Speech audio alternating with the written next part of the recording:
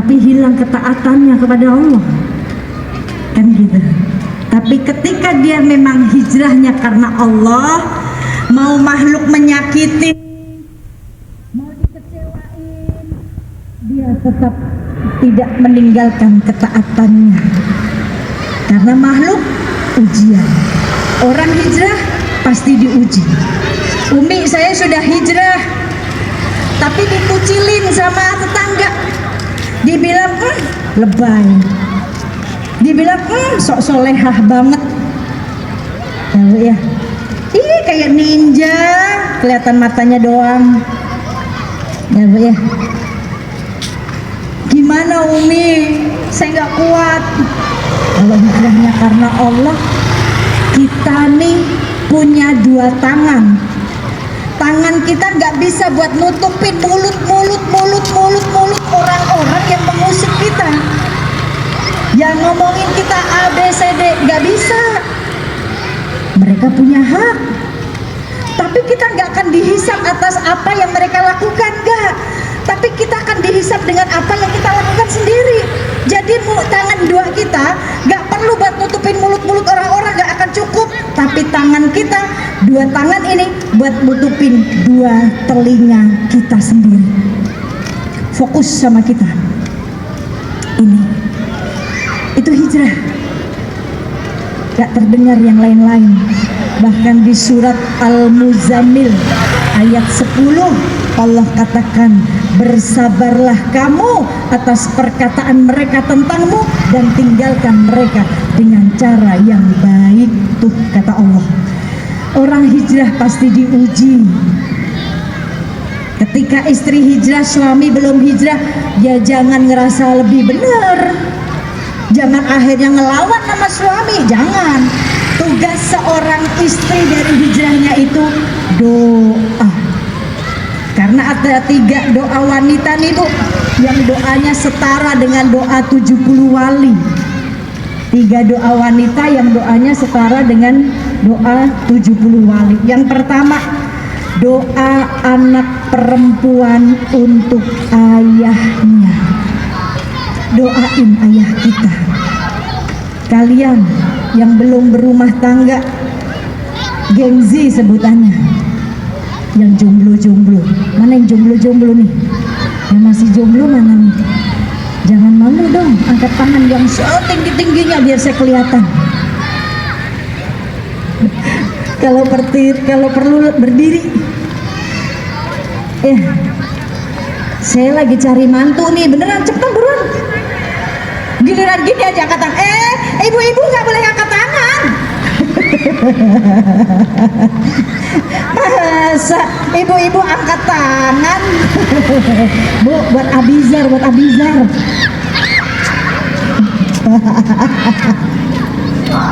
Aduh, Masya Allah, bayang. Ini ketika seorang anak perempuan kalian, ketika kalian kalau sayang sama ayah kalian, yuk jaga auratnya. Doain ayah kalian. Ketika keluar rumah, tutup auratnya. Kalau sayang sama ayah, dan doain ketika ayah kalian nih kerja, doain. Yang ayahnya sudah meninggal, jangan lepas dari nggak doain terus, karena ada jerih payahnya mereka, ada keringat yang mengalir di tubuhmu nih ketika mereka mencari nafkah buat nyekolahin kita dari TK, SD, SMP, SMA, kuliah. Kita masih di dalam kandungan saja, ayah kita udah mikirin, udah ada di dalam pikiran ayah kita ketika kita masih ada di dalam kandungan. Sang istri baru ngasih tespek doang, "Pah, saya hamil." Tuh udah ada dalam pikiran ayah kita, udah ada dalam pikiran suaminya. Kerja keras suaminya, ayahnya kerja keras, gimana caranya supaya anak dan istri ini terjamin, maka doakan.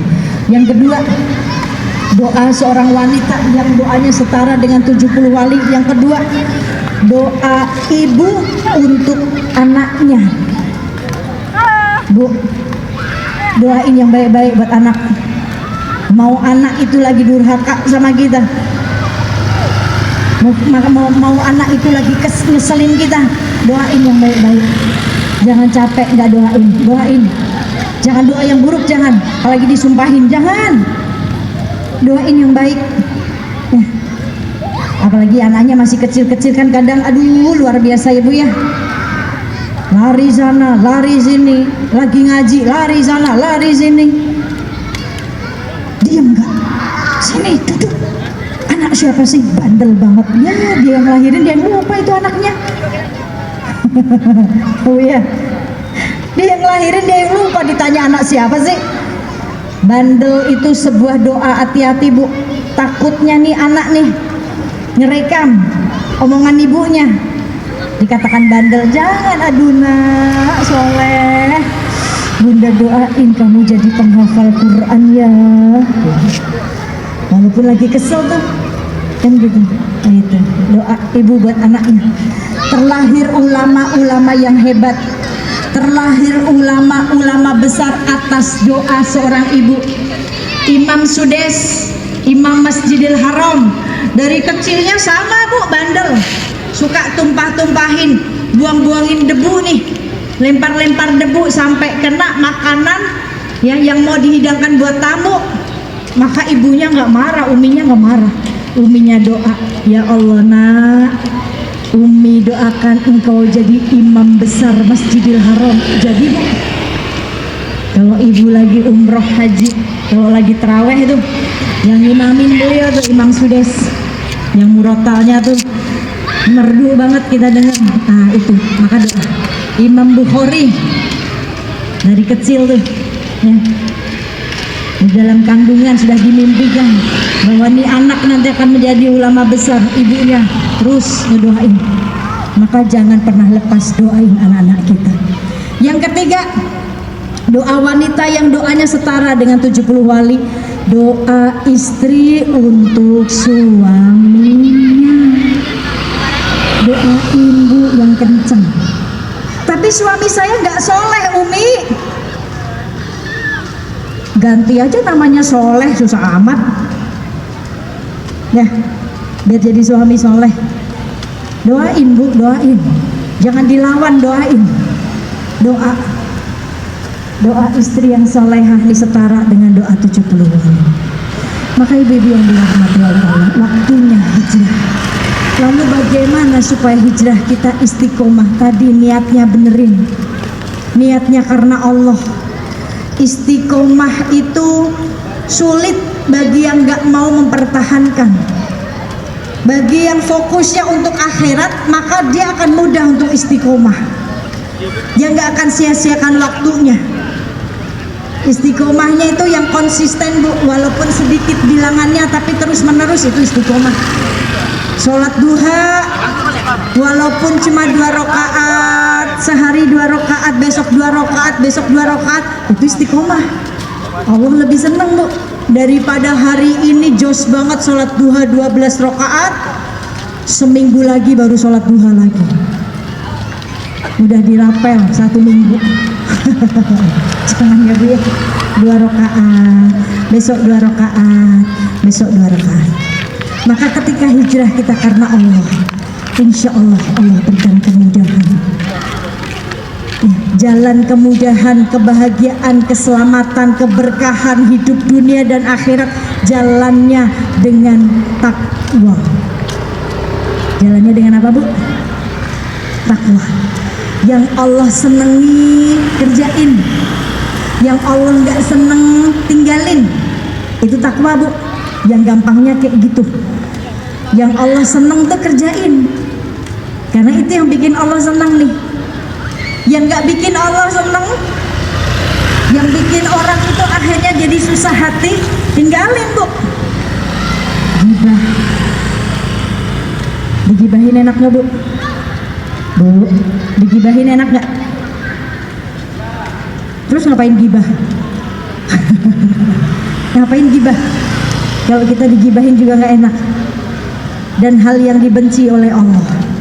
Maka udah hijrah yuk, nggak usah gibah lagi, kan udah sering ngaji. Namimah enak gak Bu? Dinamimahin enak gak Bu? Diadu dombain gak enak? Difitnah enak gak kira-kira? Enggak. Kalau difitnah kita gak enak, ngapain juga kita ngefitnah orang? Allah gak senang, tinggalin, udah hijrah. Hijrah itu yang simpelnya, sesuatu yang Allah gak suka tinggalin, sesuatu yang Allah suka kerjain, itu hijrah.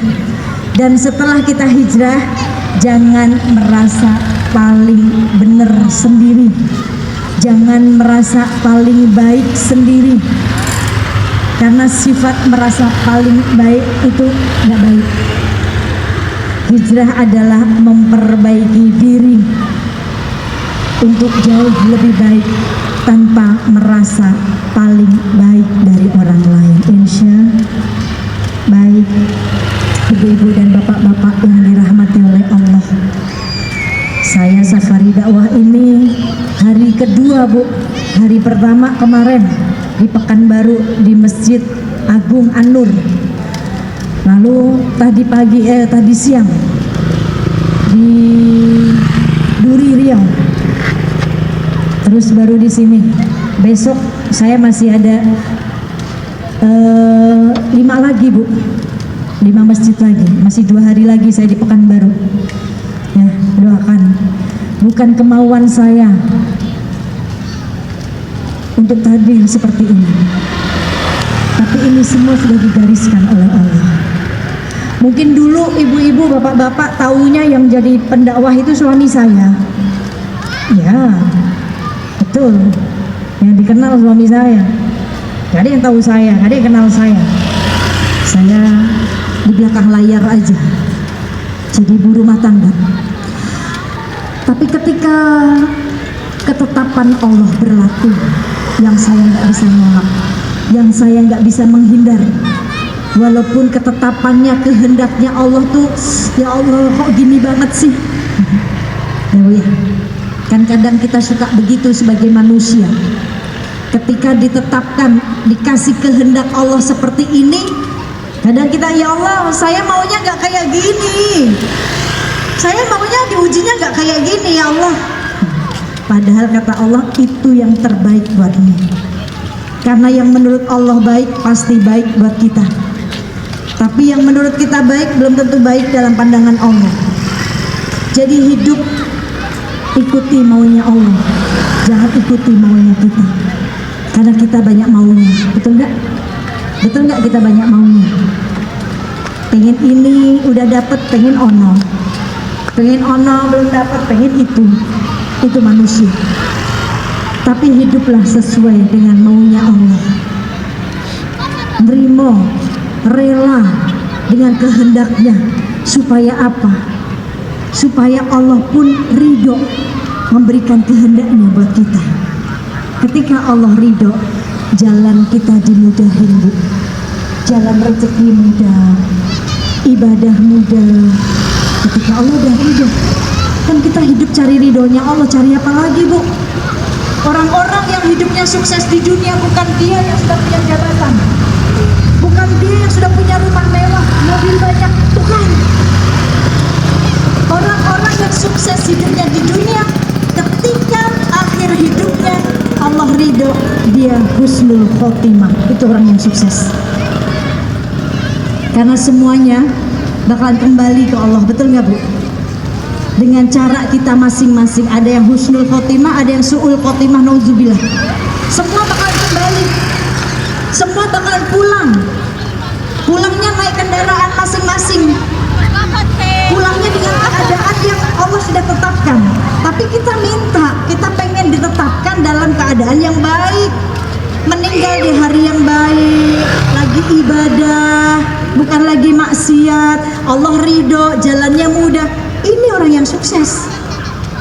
Ketika permintaan hajat akhiratnya dikabulin, maka kalau doa Bu, yang pertama jangan minta hajat dunia dulu Bu. Dunia mah gampang buat Allah ngasih, gampang. Tapi minta hajat akhirat, ini yang paling penting. Apa hajat akhirat? Ya Allah, saya kepengen mati husnul khotimah. Ya Allah, saya kepengen matinya malam Jumat, supaya hari Jumat disolatin sama orang banyak tuh. Ya Allah, saya kepengen